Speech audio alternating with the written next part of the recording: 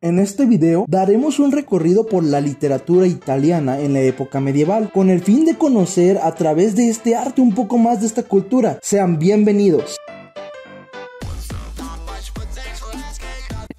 Entre las características podemos encontrar la religiosidad, que es emanada de la iglesia, y la profanidad, que viene del pueblo y es mucho menos abundante en los textos que se escribían en estos tiempos. Además de que tenían muchos textos anónimos, es decir, que no se conocía el autor de los mismos. También una importante marca de oralidad, pues escribía para ser recitado o cantado. Además, estos textos tenían un carácter didáctico, ya que los autores de las producciones literarias deseaban enseñar y moralizar. Entre los géneros encontramos el drama, las fábulas, la lírica y novela. En la Italia medieval también se redactaban los denominados relatos breves, que se aprecian como ejemplos, apólogos o fábulas, si es que eran protagonizados por animales.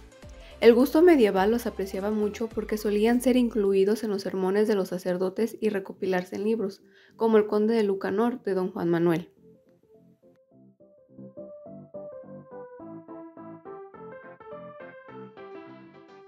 Algo que distingue a la literatura italiana medieval es la presencia de la corriente humanística en sus redacciones.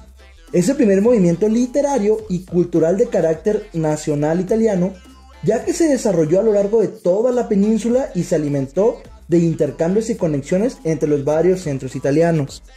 No tenía antiguas leyendas, ni poemas épicos o sátiras sobre las que fundamentar una literatura propia. Por ello, los primeros temas de su literatura procedieron del extranjero.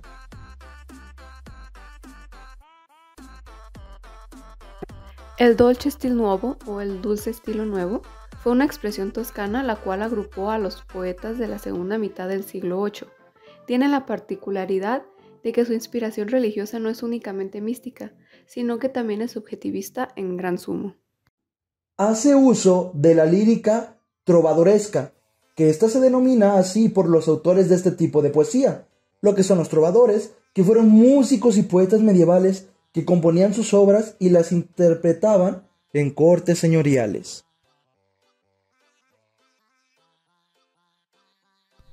Originalmente fue folclore medieval y cuentos transmitidos oralmente. Como la mayoría de la población era analfabeta, los libros se seguían leyendo en voz alta a un público, considerando el aspecto auditivo de la literatura. Por tanto, afectó la forma de componer.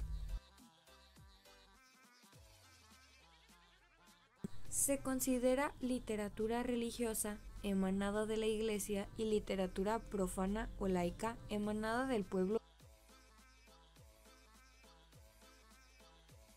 En este tipo de literatura podemos encontrar varias obras, entre ellas El Cantar de Roldán, siendo un poema épico de miles de versos de largo compuesto y atribuido a Turoldo, un monje normando.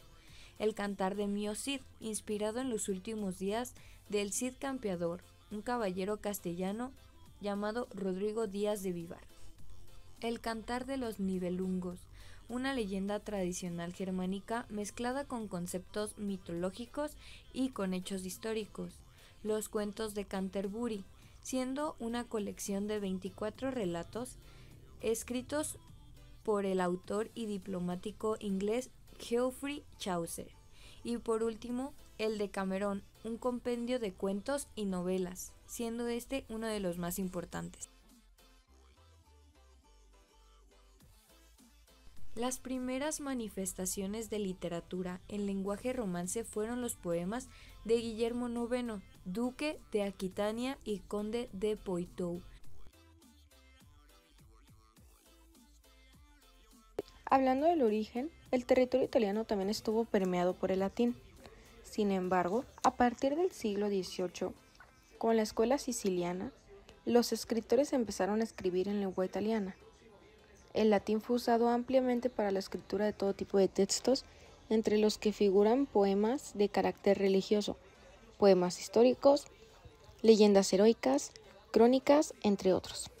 Además del latín, muchos otros escritores también escribían en francés o en lengua de Provenza, en Francia, tomando así otras lenguas para sus composiciones. En este contexto, Italia experimentó una serie de cambios sociales, culturales y políticos que dieron forma a su producción literaria.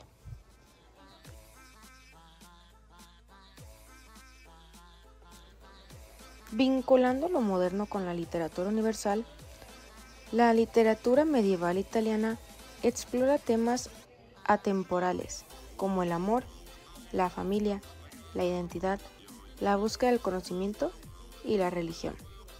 Estos temas siguen siendo relevantes en la actualidad y pueden ayudarnos a entender mejor nuestras propias experiencias y las de los demás.